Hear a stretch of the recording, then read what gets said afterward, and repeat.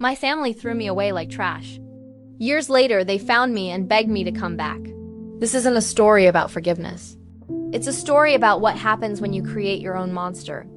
I was just a little girl when my parents' car stopped on a desolate, lonely road. They told me to get out and wait, that they'd be right back. They never came back. I was left there, a piece of unwanted luggage. The nights were cold, the silence was deafening, but I wasn't alone for long. A couple found me.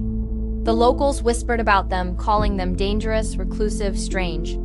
To me, they were just different. They took me in, not out of pity, but with a purpose. They didn't teach me how to read and write from normal books. They taught me how to read people, how to understand the mechanics of fear, and how to wield silence like a weapon. Years went by. I grew up in the shadows they cast, becoming something new. Then one day, my biological family appeared on my doorstep.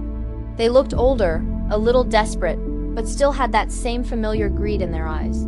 They heard I'd come into a significant inheritance from a distant relative who never forgot me. They smiled, they cried fake tears, they talked about how much they missed me. They wanted me back in the family. More accurately, they wanted my money, so I let them get close. I invited them to stay. I wanted to see what they would do. And that's when strange things started to happen. Their prize-winning show dog suddenly fell ill and died. A reporter got an anonymous tip about my father's shady business deals, and suddenly his company was under investigation.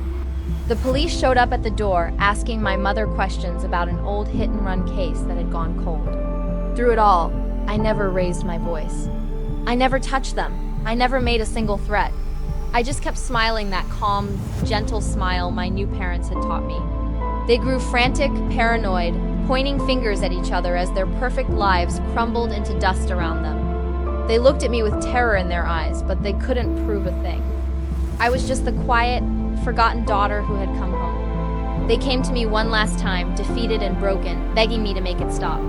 I looked at them, the people who tossed me aside without a second thought, and I told them the truth.